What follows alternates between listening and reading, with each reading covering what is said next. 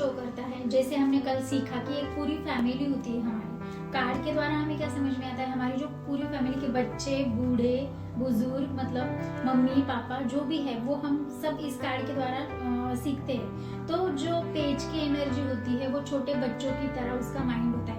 जैसे 25 के अंदर के जो लोग होते हैं बच्चे, तो उसकी एनर्जी पेज से डिवाइड होती है, पेज से जानी जाती है। तो पेज ऑफ सोर्स, इसका मतलब क्या होता है कि बच्चा एम्बिशियस है, उसको कुछ करने की चाह है, वो करना चाहता है, लेकिन ऐसे होता है क्या, अगर वो मेहनत करेगा या फिर आगे बढ़ने की कोशिश करेगा तो ही ये सारी बातें सच होने वाली है। तो ये जब भी रीडिंग में कार्ड में किसी के आता है रीडिंग में, तो इस पे हम भरोसा नहीं कर सकते। पेज की एनर्जी है। पेज क्या कहता है कि बच्चे कैसे ना हवा में बातें करते हैं, हम उन पे यकीन नहीं कर सकते।